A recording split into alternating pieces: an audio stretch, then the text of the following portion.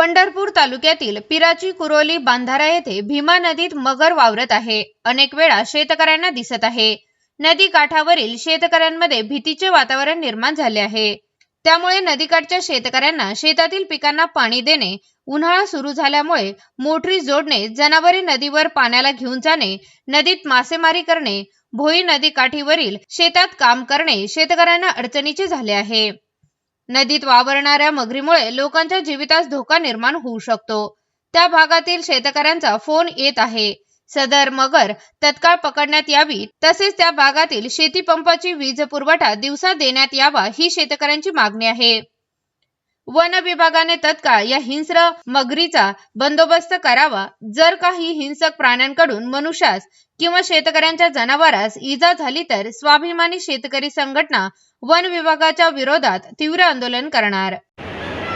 पंढरपूर पासून जवळच असलेल्या पिराच्या कुरोली बंधाऱ्यामध्ये हिंस्र मगरीचे दर्शन होत आहे। गेल्या 15 दिवसापासून शेतकरी व मासेमारी करणाऱ्या कोळी बांधवांना पिराच्या कुरोली बंधारामध्ये मोठी मगर दिसत आहे। पंढरपूरपासून हा बंधारा जवळच आहे आणि पंढरपूरमध्ये लाखो वारकरी या ठिकाणी चंद्रभागा नदीमध्ये पवित्र स्नान करून विठ्ठलाच्या दर्शनासाठी येत असतात।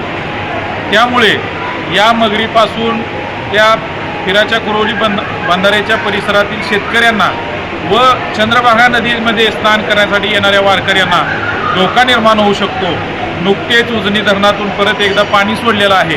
त्या पाण्यासोबत जर ही मगर पंढरपूर पुंडलिक मंदिराकडे आली तर वारकऱ्यांच्या जीवितास मोठ्या प्रमाणात धोका निर्माण होऊ शकतो।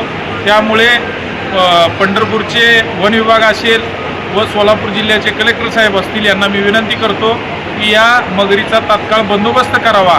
कारण शेतकऱ्यांना शेतामध्ये जाणं, मशागत करणं, शेतीला पाणी देणं हे भीतीचं झालेलं आहे।